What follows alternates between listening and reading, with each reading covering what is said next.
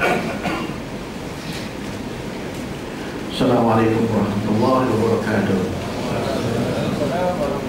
Bismillahirrahmanirrahim. Alhamdulillahirabbil alamin.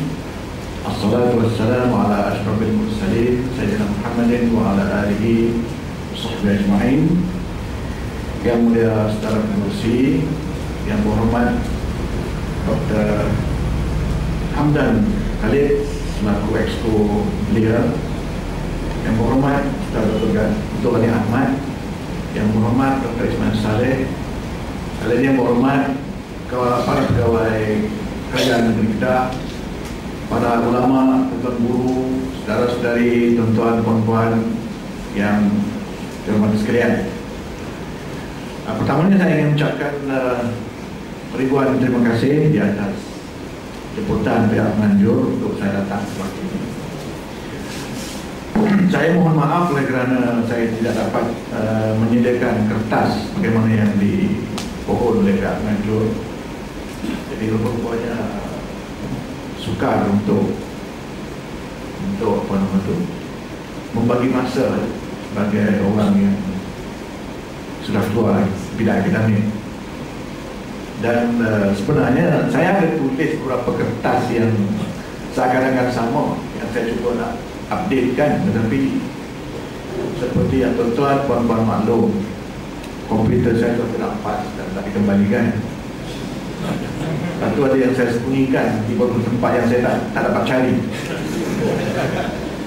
Jadi orang buat dia pun satu hal juga. Ya. Jadi dengan jadual yang agak padat sehari dua ini, jadi saya memang tak dapat untuk menjaga kertas. Ditambah dengan apa nama tu, takut tersilap tertinggal kapal terbang lagi. Jadi begitulah keadaan. Jadi saya harap tuan-tuan dan puan-puan dapat memahamilah keadaan saya. Bagaimanapun saya cukup teruja sekali dengan kehadiran yang begini ramai, yang saya tak sangka begini ramai datang untuk mengikuti wacana siasat syariah dalam pentadbiran yang saya rasa menarik, ya, oleh kerana isu seperti ini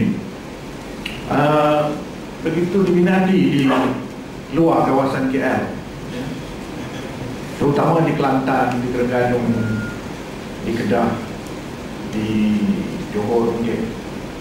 Ini orang kata Malay Belt, ya, negeri-negeri Melayu. Memang negeri Melayu sebab ini masih dalam konteks yang kita katakan dulu yang negeri Melayu tidak bersekutu, ya. Yang berbeza dengan Selangor, yang berbeza dengan Pahang, berbeza dengan Negeri Sembilan, Melaka, Pulau Pinang, Perak, ya, yang komposisi bukan Melayu yang tinggi.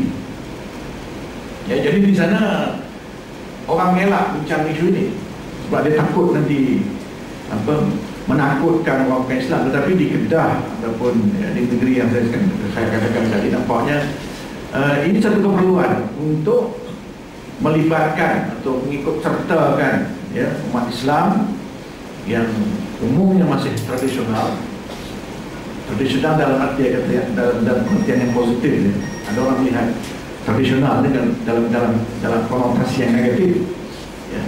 Tradisional bagi saya adalah merupakan suatu ungkapan yang menggambarkan satu masyarakat yang mempunyai nilai dan masih tunduk kepada ajaran agama, ya, yang formal dan juga yang informal dan sebagainya.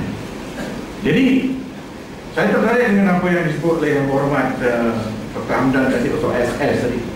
SS, ya, satu akronim ataupun satu yang bukan shock sendiri, ya. SS, siasat syariah. Saya berpendekatan bahawa apa yang dikatakan sebagai siasat syariah itu sesuatu yang bermaksud secara mudahnya begini, ya, ini menguruskan, ya, mentadbirkan maslahat kemanusiaan mengikut ketentuan syarak. Padahal itu mudah, ya. Dan kalau kita perhatikan tulisan-tulisan yang itu banyak, itu pun semuanya menjurus ke arah idea itu, ini menguruskan, ya, maslahat kemanusiaan, mentadbirkan rutin harian dalam konteks sebuah kerajaan, pihak berkuasa dan sebagainya, dalam kehendak dan tuntutan agama, tuntutan syariah, ya. Jadi ini satu perkara yang saya pikir masih menjadi wacana, ya. Bukan perdebatan, ya. Kita akur bahawa dalam masyarakat seperti Malaysia ini, nilai dan ketetapan ini sesuatu yang harus ataupun perlu diterima, ya. Dan untuk itu saya rasa kita bertanggungjawab untuk mengemukakan suatu model yang mungkin dapat dipertimbangkan oleh saudara-saudara kita di tempat lain, di Indonesia umpamanya, ya. Yang walaupun komposisi umat Islamnya begitu besar, tetapi dari segi pengisiannya jauh lebih rendah daripada kita. Alhamdulillah kita masih lagi, ya, berupaya mengekalkan yang itu, dan saya rasa walaupun kita hanya lebih kurang 55% Muslim, tetapi kalau kita bandingkan dengan dari segi amalan, dari segi institusi, dari segi pengukuhan dalam pentadbiran, kita lebih jauh daripada umpamanya Indonesia. Walaupun saya pikir di sana tidak harus menjadi suatu ataupun menjadikan kita complacent, ya, seolah-olah kita terlalu baik dan tidak ada ruang untuk diperbaiki, ya, kerana dalam banyak hal kita masih ada ketinggalan. Saudara membuat sekalian, bicara tentang siasat syariah juga kita harus melihat pendekatan, ya, yang dibawa oleh rakan-rakan kita di Mesir, rakan-rakan kita di Tunisia, yang mengambil pendekatan yang mungkin boleh kita pelajari dalam satu dua perkara, terutamanya dalam menangani golongan atau masyarakat yang sekular. Bagaimana mereka mengemukakan idea dan pentadbiran Islam yang mungkin lebih cair daripada kita. Tetapi saya rasa dalam soal itu juga kita tidak harus terlalu terikut-ikut, kerana walaupun, ya, mungkin mereka di komposisi Muslim yang tinggi di Mesir umpamanya, tidak semestinya kita harus berburu ke belakang. Nah, kalau kita bandingkan kita dengan Indonesia umpamanya, ya, walaupun mereka lebih kurang 80% lebih Muslim, tetapi di sana tak usah anda bicara soal pelaksanaan hudud dan qisas umpamanya, tidak bicara soal pelaksanaan jenayah syariah seperti yang ada di sini pun belum lagi kalau di Indonesia. Jadi saya pikir kita tidak harus mundur ke belakang, kita tidak harus mengenakan reverse gear dan dalam soal itu. Cuma kita harus berhati-hati supaya kita tidak terlalu laju ataupun tidak memperhatikan hal-hal ataupun isu-isu sensitif yang ada dalam masyarakat. Saya sebelum datang ke sini terbaca mengenai apa yang berlaku di Kulim, kekecohan yang di Kulim. Saya tak tahu di sini kekecohan atau tidak, tapi dalam ataupun di luar Kedah, isu itu menjadi satu yang cukup membimbangkan, terutama di kalangan penyokong-penyokong Pakatan Rakyat. Apa yang berlaku di Kedah ini, ya. Kerana di sana selain pada soal aplikasi, ya, hukum Islam ataupun hukum syarak itu, timbul juga isu-isu yang lain seperti umpamanya soal media, bagaimana media mempermainkan isu ini. Timbul juga isu mengenai soal pentadbiran, ya, terutamanya birokrasi. Adakah di sana berlaku sabotaj di kalangan peribadatan awam kepada ketimpangan politik dan sebagainya. Tak nampak wujud di situ soal campur tangan federal terhadap Kedah ini. Tidak seperti di Selangor, di Perak, di Negeri Sembilan, di Melaka, Pulau Pinang dan Pahang ada pentadbiran negeri sendiri, ya, dalam bentuk KCS, ya, Kedah Civil Service. Tetapi saya rasa ini juga tidak seharusnya menjadikan kita complacent lagi, oleh kerana masalah dengan pentadbiran berlaku juga di Terengganu dan di Kelantan, ya. Tidak semestinya kalau sebuah negeri itu mempunyai pentadbiran sendiri, bahawasanya dia akan lari ataupun terlepas daripada masalah-masalah yang dikatakan tadi. Oleh kerana saya rasa melihat kepada pengalaman yang ada ini, pegawai-pegawai takbir ini pun ada politiknya juga. Itu belum lagi kalau dia mula dia synchronize ataupun dia bertindak bersama dengan umpamanya istana, ya. Jadi hal-hal ini akan menjadikan apa yang kita bincangkan pada pagi ini turun lagi ke bawah. Jadi saya rasa apa yang kita bincangkan ini kita perlu ataupun baik untuk mereka di dalam pendukung Islam untuk memahami supaya mereka dapat terlibat sama. Oleh kerana jika tidak begitu, nanti mereka akan mengambil pendekatan yang sama dengan membiarkan ataupun tidak membantu Perdana Negeri umpamanya sebagai contoh. Saya lihat bahawa wah, sudah menang, tak peduli dengan Islam lagi. Sudah menang, sudah lupa bahawa perlu melaksanakan hukum Islam dan sebagainya. Jadi dengan adanya wacana seperti ini, kita harapkan supaya masyarakat, khususnya masyarakat yang komited dengan Islam ini dapat memahami masalah ataupun kesulitan, ya, the intricacies of routine administration, baik di peringkat negeri maupun di peringkat pusat. Jadi itu saya rasa beberapa senario, beberapa perkara yang kita harus akur, ya, sebelum kita pergi jauh untuk dan membincangkan isu ini. Dan saya rasa apa yang kita bincangkan ini adalah penting daripada segi untuk apa ni, membina sebuah model yang khusus dalam negara-negara seperti Malaysia. Sebab tidak semua, walaupun negara-negara Muslim, yang punya model seperti Malaysia. Pertamanya, Malaysia adalah sebuah negara yang umumnya dipanggil sebagai negara Westminster, negara demokrasi berparlimen, di mana kerajaan dibentuk melalui pilihan raya, tetapi bukan bentuk presiden. Di sana ada sama ada istana ataupun ketua negara yang bersifat nominal, yang mungkin sesekali mengalami keadaan ham parlimen, parlimen tergantung. Dan parlimen tergantung inilah yang membawa kepada umpamanya isu tahluk siasi, terpaksa bekerja dengan parti-parti atau kumpulan-kumpulan baik yang bukan Islam ataupun kumpulan-kumpulan yang sekular. Jadi ini antara perkara yang kita harus lihat, ya, dalam kita melaksanakan atau memahami konsep siasat syariah yang kita bincangkan pada pagi ini.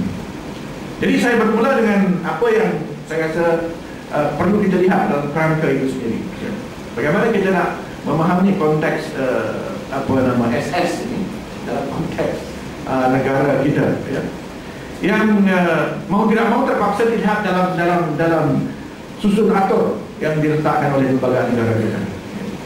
Nah, ini saya nak sebutkan, saya bukan kerana saya melihat lembaga sebagai satu yang sakral, bukan satu yang sekuler, tetapi ini satu perkara yang mau tidak mau kita terpaksa faham. Kita perlu faham. Sebab kalau kita tidak faham, susah. Tidak nanti jadi macam, tapi ada orang UMNO, ada tu UMNO sikit. Malam tadi masuk saya balik daripada ceramah saya lalu ada satu video secara media oleh Datuk Abang Aslan. Dia kata, saya boleh tidur, dia kata. Saya tak kisah apa yang berlaku pada hari Senin nanti. Kerana itu adalah masalah antara Anwar Ibrahim dan Saiful. Tak ada kena-mengena dengan UMNO. Ini bukan kerja kerajaan. Ini saya fikir menghina ataupun dia bertanggung jawab. Kerana apa yang berlaku, ya, mengapa rakyat menyebut soal hakim negara itu? Kerana di sana rakyat mula gelisah, ya, dengan apa yang berlaku.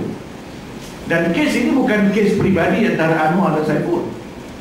Kes ini adalah kes jenayah, ya. Kes persendirian, kalau dia hanya kes antara Saiful dengan Anwar, ini kalau kes sivil, ya, umpamanya Anwar langgar Saiful, ya, Saiful saman Anwar untuk dapat ganti rugi, itu kes sivil. Kes yang kita hadapi sekarang ini yang akan diputuskan 9 Januari adalah kes jenayah. Kes jenayah maknanya kes yang dibawa oleh kerajaan, oleh negara, oleh pemerintah. Kes itu pun namanya ialah pendakwa raya lawan Datuk Seri Anwar Ibrahim. Si Saiful ini hanya komplainen saja, hanya mangsa, quote-unquote mangsa. Betul tak dia buat kerja itu dengan si Saiful ini? Betulkah Saiful telah pun quote-unquote oleh titik oleh Datuk Seri Anwar? Saiful malah tak sebut benda itu, tak lama sebut benda itu. Jadi kalau dia menteri kerajaan mengatakan bahawa UMNO tak bertanggung jawab, kerajaan tidak ada kena-mengena, ini sama ada tak bertanggung jawab atau penjahit atau kedua-duanya. Ini benar politik tak nak sebut. Nak sebut pentingnya kita faham sistem itu, ya. Ya, jadi rakyat berasa prihatin oleh kerana sistem negara semacam sudah diliwat, sudah di upside down kan, ditunggang terbalikkan. Itu yang menjadikan rakyat gelisah. Itu yang menjadikan rakyat itu nak berhimpun di situ. Yang tak sebenarnya disambut dengan masjid ada qiyamul lail, jangan datang ya. Jangan datang ke masjid. Hari itu ada qiyamul lail. Jadi saya tak tahu. Jadi saya bila balik malam tadi saya terasa marah. Oleh kerana bagaimana ini di malam itu kata begitu. Dia meremehkan, melekehkan rakyat ataupun prihatin rakyat, dan seolah-olah tidak mengaku ataupun tak mau mengaku bahawa apa yang berlaku itu adalah merupakan daripada hasil kerajaan sendiri. Ya, ini tindakan pendakwa raya ya, yang diketuai oleh Jabatan Pengawas Negara, siasatan polis, satu lagi agensi kerajaan yang juga dipermainkan oleh media. Jadi ini semua adalah merupakan kesan langsung tindakan kerajaan sendiri. Jadi saya cukup merasa tidak selesa bila dikatakan bahawa itu soal pribadi, tak ada kena-mena dan saya boleh terus selesa. Untuk ni nonton kaki lagi dia menonton apa itu video lucah itu. Sahabat kita ini, kawan kita ini menonton video lucah dengan isteri dia. Dia mengaku video lucah yang kononnya dikatakan yang berhormat Ketua Mahkamah. Jadi ini menunjukkan seorang yang menjadi anggota pentadbiran di mana menteri itu macam juga. Saya rasa ada walaupun undang-undang tidak strictly speaking anggota kabinet, dia macam exco lah, anggota pentadbiran, anggota kerajaan.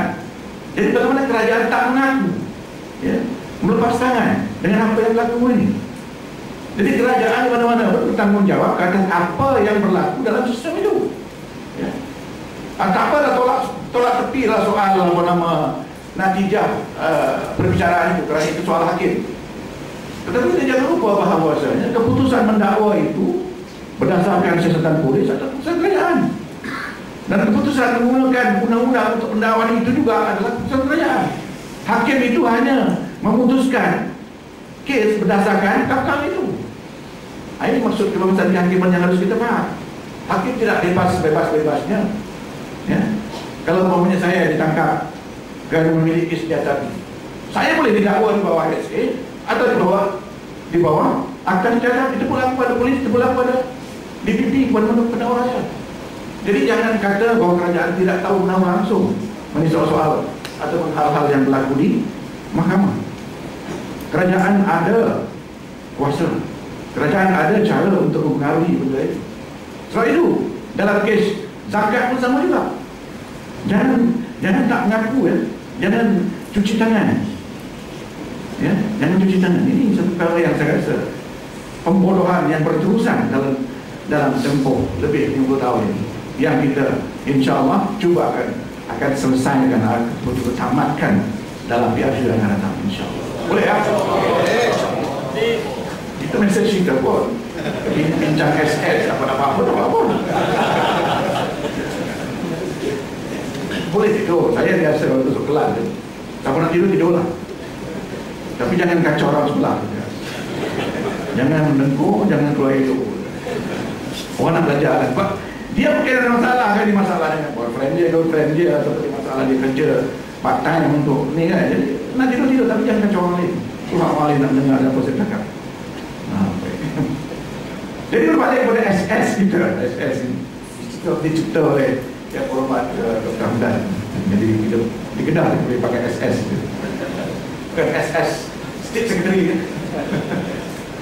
Jadi itu saya rasa yang kita harus faham. Jadi kita faham kerangka itu.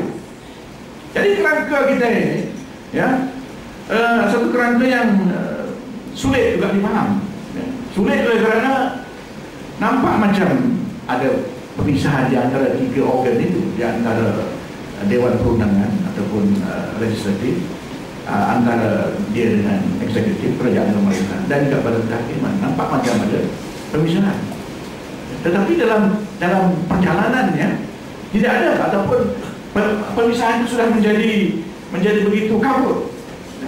Ditambah lagi dengan adanya konsep seperti semak dan imbang. Sebab itu kalau tengok wacana SS dalam konteks moden ini, macam-macam tulisan dihasilkan. Ada yang mengatakan bahawa siasat syariah ini tidak lain merupakan prerogatif. Ya. Prerogatif itu kalau kita dalam undang-undang biasa orang sivil itu artinya budi bicara ataupun profession. Tetapi saya kata kalau kita tengok konsep asal itu juga ada kan, tidak lari ataupun tidak berbeza terus. Oleh kerana dalam konsep siasat syariah itu di sana ada elemen discretion, ada elemen pilihan itu. Oleh kerana mengurus maslahat kemanusiaan mengikut ketentuan syarak itu kan melibatkan kefahaman, melibatkan soal pilihan. Ya, tinggal lagi pilihan itu harus dibuat oleh orang yang paham, bukan pilihan dibuat oleh orang yang tak paham. Ya, itu kita paham juga. Ya, jadi itu di situ. Maknanya dalam konteks negara kita itu, kita nak aplikasi itu dalam konteks itu, kita harus masukkan dalam konteks itu tadi itu. Perpisahan tiga badan itu. Ya. Kemudian di sana ada juga satu lagi isu, yaitu isu federal state ataupun pusat di negeri. Bukan semua kuasa itu di tangan pusat dan bukan kuasa itu pula semua di tangan negeri, dibagi-bagikan. Kemudian dari segi pembahagian itu pula Islam diletakkan di tangan negeri.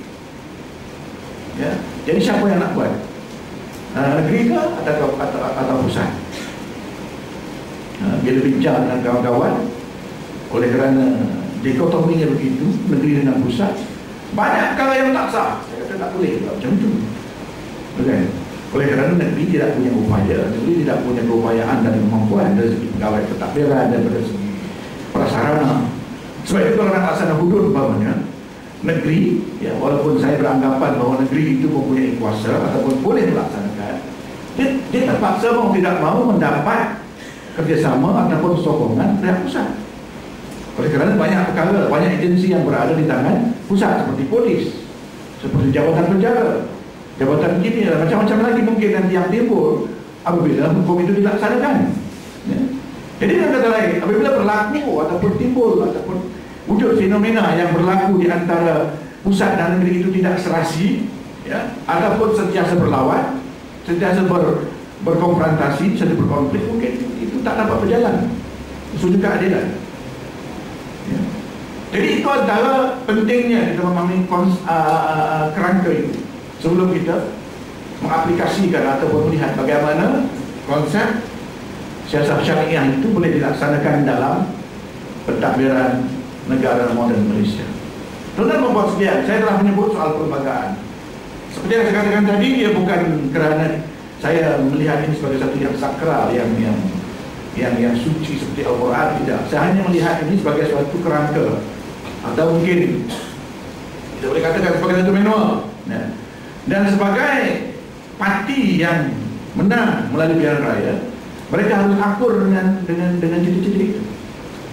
Ya, dan sekarang ini kalau kita tanya rakyat Malaysia, yang mungkin saya rasa daripada segi Pakatan Rakyat yang lebih bergantung kepada orang bukan Islam, ya, mereka mahu bahawa parti yang memerintah itu sebuah parti yang akur dengan manual itu. Ya. Nah, tadi sebut orang gila, bukan orang gila, ya. Orang gila ni di Putrajaya lah. Saya suka sangat ni satu slogan, kita bukan gila kuasa tapi nak ambil kuasa daripada orang gila. Dia tak peduli, ya. Cuma tengok apa yang dapat dengan SPR. Tengok dengan ni akta yang baru luluskan, akta perhimpunan awak aman 2011. Dia tak peduli apa yang dalam perlembagaan, dia tak peduli. Dia cuma menunjuk perlembagaan kalau perlembagaan itu menguntungkan dia. Itu saja. Jadi ini bukan satu jenis makhluk yang kita boleh percaya. Ya. Saya jelas, bagi saya apa nama itu, orang tanya saya nak ke mana,